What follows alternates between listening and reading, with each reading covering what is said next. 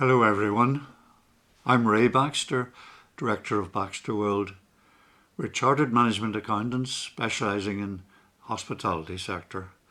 I've operated hospitality businesses myself over the years and I've come to learn what managers, owners of these businesses need in information.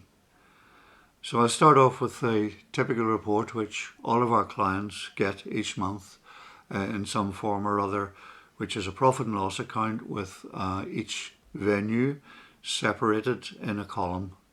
And this allows comparisons to be made between them. So I apologise right away for the small print, but I'll try and help you follow this. Of course, at the top we've got sales. Sales with a column for each venue and a total, and the sales is broken down into food and beverages, and in this case we have also put delivery costs as a minus coming off the sales, and we find that most businesses prefer it to be shown that way. So that's the cost of the Just Eat, Deliveroo and Uber Eats commissions. And if we take it off the sales, it gives a better representation of our gross profit margin, which is the key performance indicator. So we got total sales in. The next section is cost of sales. Cost of sales is purchases plus opening stock less closing stock. We take that away from sales and we get gross profit.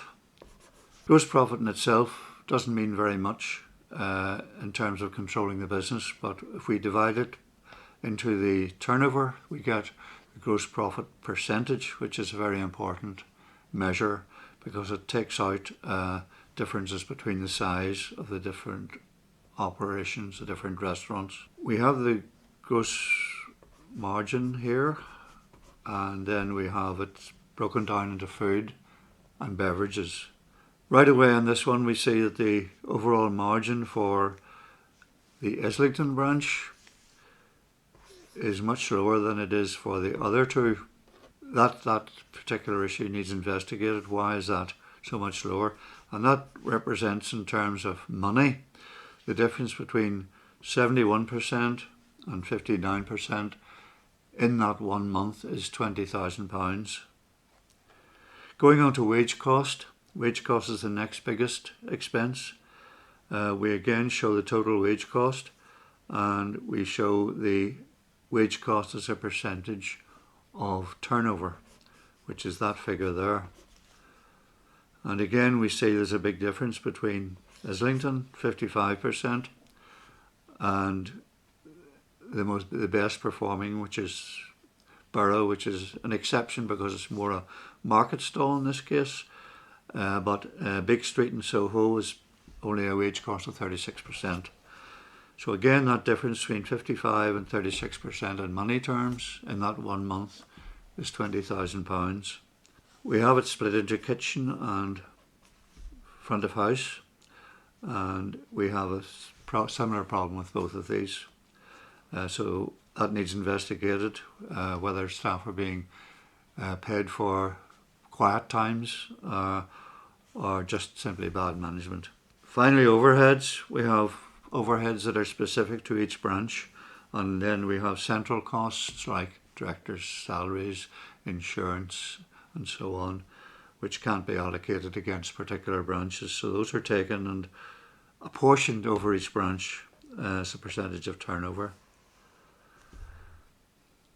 One thing which does come out again is the rent for Islington branch is almost the same as the rent for Big Street, and yet the turnover is 175,000 in the month against 408,000. Same rent, but just a third of the turnover. So that possibly is an issue with the actual site itself. Okay, that's a very quick summary, and as you see, the very bottom line, a loss of 18,000 in Islington and a profit of 102,000 in Soho. So that means either Islington perhaps should be closed, or the reasons for all these problems found and corrected. Thank you. If you liked this and found it useful, please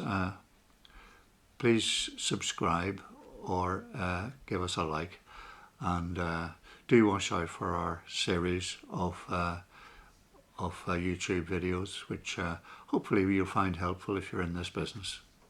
Thank you.